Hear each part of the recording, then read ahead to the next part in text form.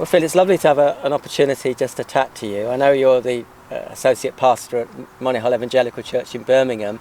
I just wonder if you could tell me, and for the benefit of those who will be listening in at some point, how did you become a Christian? What was that all about? What happened? Thank you. Well, it's great to be with you. I grew up in a household that was not particularly God-fearing. We occasionally were sent to Sunday school, but we didn't talk about religious things. We didn't read the Bible. We didn't pray or anything like that. So, to all intents and purposes, it was a moral but a secular upbringing. But I went off to university to study law, and law is always concerned with what's right and what's wrong. And it suddenly dawned on me that I had quite strong ideas about what was right and what was wrong, and that I'd inherited them from my parents. But I wondered, as 18-year-olds were, well, how do they know what's right and wrong? And how should I make up my mind? So I went to university with lots of questions about that and started investigating these things. I met some Christians who were very different from anyone else I'd ever met. And I thought in my arrogance that I'd spend a bit of time arguing them out of their naive views. But I found over the course of 18 months that the opposite happened, that actually as we talked, as I investigated, as I read and discussed, that my questions were answered, and I discovered that the world that I saw around me and what I saw inside me corresponded with what the Bible described of the human condition. And so it took about 18 months of arguing, but I finally, the biggest stumbling block for me really was this, that the Bible talks a lot about forgiveness. And I was a nice middle-class boy, and I'd done all sorts of things I wouldn't want you to know about, but nothing too terrible. And I couldn't understand why I needed forgiveness.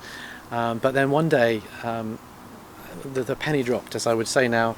God opened my eyes to realise that if there is a God who's made all of this, and this is his world, then I owe him love and respect and honour, and I hadn't been giving him that. I'd been living my own life.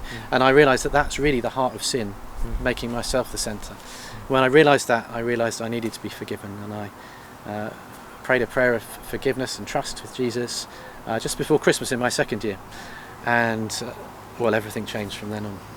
Lovely, and of course that's quite a few years have gone under the bridge since that time. I'm older than I look, but yes, it's more than 20 years. But many things happen to us in life, don't they? And obviously it's a great thing when a person becomes a Christian like you have done. Apart from that, becoming a Christian, has there been any other sort of event in your life that you would consider as being of great significance and importance?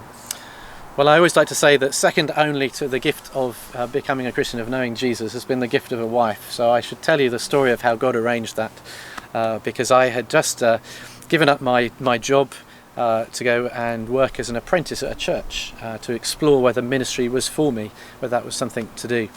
And I needed somewhere to stay, and the church that I was going to put a notice out saying, anyone got a room? And someone offered a room. I went to look at it. It was a lovely room. They had a piano, which was good. She was apparently a great cook. It was close to the church. I thought, this is perfect, I said. And the lady said to me, well, we'd just like to pray about it before we give you our answer. I thought that was just something that Christians said. But when she rang up the next day and said, I'm sorry, we don't think it's right, I was flabbergasted. I couldn't understand. Everything was perfect. Why would it not be right? But I learned subsequently she was a lady who was very sensitive to what the Spirit was saying. And as a result of them saying no, the church advertised again. And another family offered a room in their house.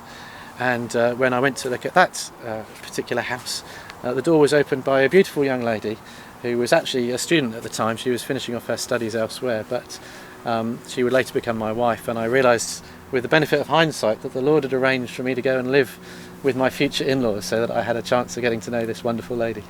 Yeah, that's lovely, and what a great support. What a great support our wives are, aren't they? We couldn't do in the gospel. half the things we do without the support of our wives. I mean, some of the folks that might be listening to this interview, they might have real doubts about Christianity. Is it really true? Is this all just pie in the sky? And listening to you talk, they might say, is that really real? Can that be real for me? What would you say to them? I would encourage them to do what I did, which is to investigate for themselves. Christianity is the only religion I'm aware of that self-consciously invites you to investigate its historicity. The wonderful thing about Christianity is that it's about Jesus Christ who entered into this world and for whom there is good historical evidence.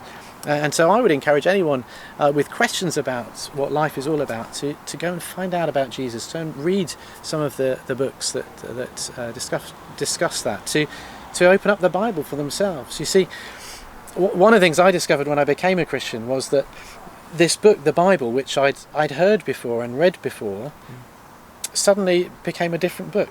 It suddenly started speaking to me in a way that it hadn't done before. And for me that was a sign that all this stuff that made sense was actually true. So my encouragement to anyone would be to investigate, find a church, find a Christian to talk to ask your questions, and ask God to reveal himself, because actually the Bible says if we seek him, then he will reveal himself to us. Phil, thank you so much for joining us today, and we hope that our listeners will find that challenging and encouraging.